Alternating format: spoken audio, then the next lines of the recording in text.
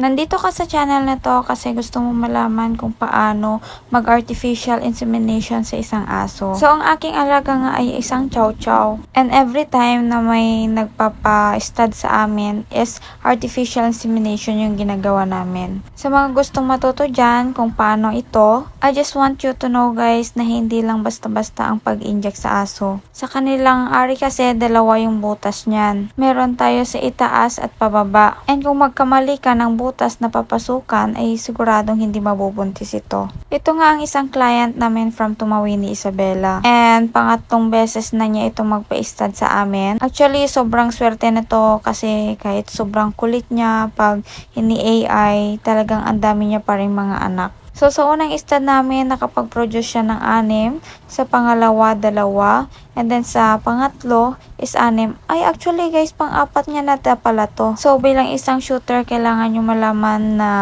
mahirap yung pagiging shooter. Hindi lang ganun basta-basta dahil nakasalalay yung kamay natin dito. Pero, masasabi ko talaga na may mga aso din talaga na mababait. So, ito si Ninyo, ang aking shooter. Siya yung kinukuha ko pag may mga nagpapa-stud sa amin. At kailangan talaga yun guys, if you have an chow chow and may male kayo, kailangan nyo ng shooter.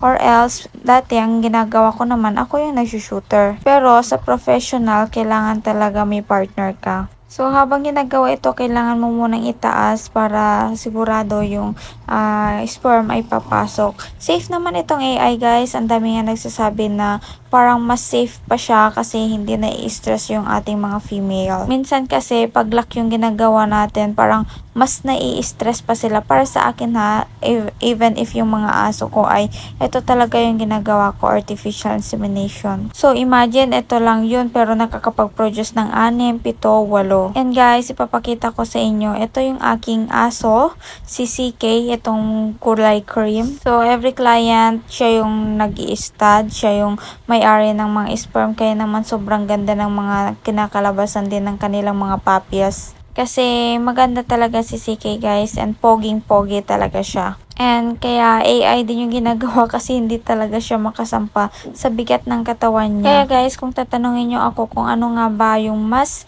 effective, it's either lock ba or AI. For me guys, both okay lang. Okay lang kung ano yung prefer nyo sa mga dogs nyo, lalo na pag may-ari nyo ay isang female dog, ayan. Pero sa akin, sa mga fem ko is talagang AI yung pinapagawa ko na para hindi na sila ma-stress, hindi na sila mag-resist sa mga male na aso natin. So, yun lang.